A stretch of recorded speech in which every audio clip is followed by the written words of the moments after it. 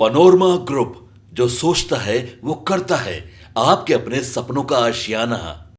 केंद्रीय कृषि मंत्री और झारखंड विधानसभा चुनाव प्रभारी शिवराज सिंह चौहान ने आज हेमंत सरकार पर जमकर निशाना साधा। बांग्लादेशी घुसपैठ के मुद्दे पर राज्य सरकार को घेरते हुए केंद्रीय मंत्री ने कहा कि राज्य सरकार के संरक्षण में बांग्लादेशी घुसपैठियों के आधार कार्ड बनाए जा रहे हैं और वोटर लिस्ट में नाम जोड़े जा रहे हैं। उन्होंने हेमंत सरकार पर तुष्टीकरण की राजनीति करने का आरोप लगाया है। आप भी सुनिए क्या कहा केंद्रीय कृषि मंत्री शिवराज सिंह चौहान ने।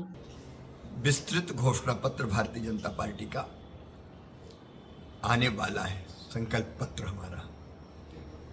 लेकिन ये चुनाव केवल किसी को मुख्यमंत्री बनाने का चुनाव नहीं है या किसी पार्टी को सत्ता दिलाने का चुनाव नहीं है।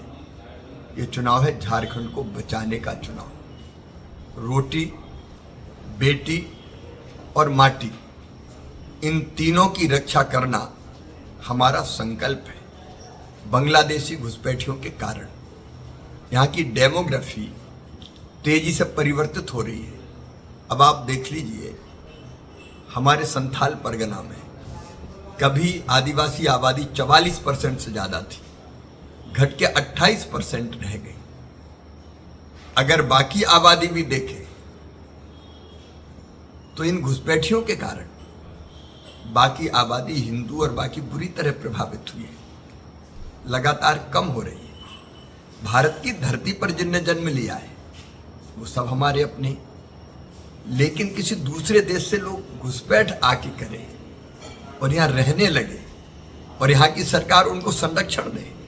अभी घुसपैठ तेजी से जारी है क्योंकि इस वोट बैंक के लालच में हेमंत सोरेन की सरकार, गठबंधन की सरकार उनको घुसवा रही है, उनके आधार कार्ड बनवा रही है, उनका वोटर लिस्ट में नाम लिखवा रही है।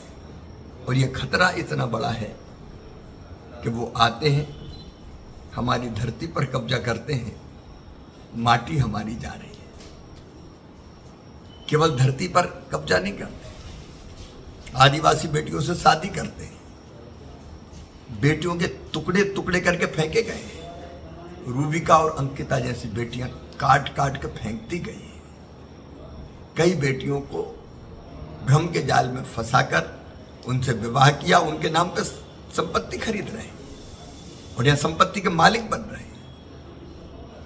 चुनाव लड़ जाती हैं बेटियों से शादी के, चुनाव लड़वा दिया तो स्थानीय सरकार पर कब्जा कर रहे हैं, यहाँ के रोजगार के अवसर कम कर रहे हैं। इसलिए रोटी मतलब रोजगार, माटी मतलब हमारी धरती पर घुसपैठियों का कब्जा ना हो, और बेटी, ये तीनों बचाना ये हमारा संकल्प है। और इसके लिए हम झारखंड में एनआरसी लागू करेंगे, नागरिकता का रजिस्टर बनेगा, जिसमें स्थानीय निवासी रजिस्टर होंगे और जो घुसपैठिए हैं उनको चुन चुन के बाहर निकाला जाएगा। ये हमारा संकल्प है।